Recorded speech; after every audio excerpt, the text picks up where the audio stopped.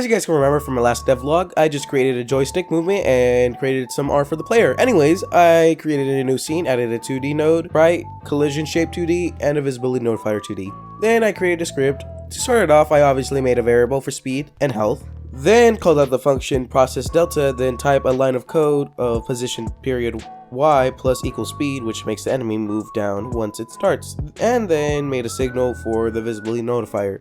Now what it does is that when it leaves the scene, then it will delete itself so it won't be wasted space in the game.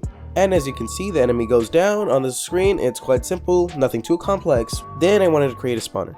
I made a new scene, added a 2D node, renamed it, then created another 2D node, then created multiple position 2Ds nodes, and then added a timer that auto starts and resets every 2 seconds. Then I created a script in it, and I made a constant variable that will load the enemy when we made a while back into the scene. Then another one to call out the spawn points. Then I made a function to get spawn positions, made another variable to get the children, then made a line of code that randomly chooses what position it's going to choose, then it returns its global position. Now I'm going to make the spawn enemy, so I made another function, created a variable to grab the other functions I made for the spawn positions. Then I made another variable to call out the enemy scene quicker. Then in the scene it will create the enemy within the spawn positions, and then after that I made a timer that will start the spawn enemy 1 when the 2 seconds have passed.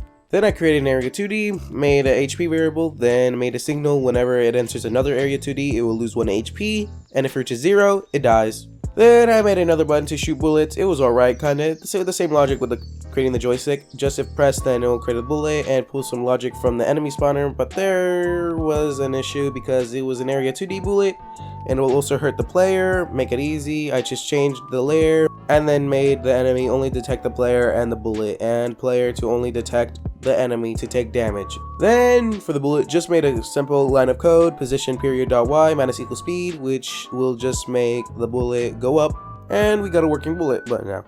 Then I just added a background, add some stars for the scene, and it looks alright, but the player looked kind of iffy, so I just changed the outline to dark blue instead of black. You know, it's dark blue in Photoshop, whatever. Anyways, then after that I made the glass transparent. Now it looks a whole lot better, and that's about it. Yeah, nothing crazy.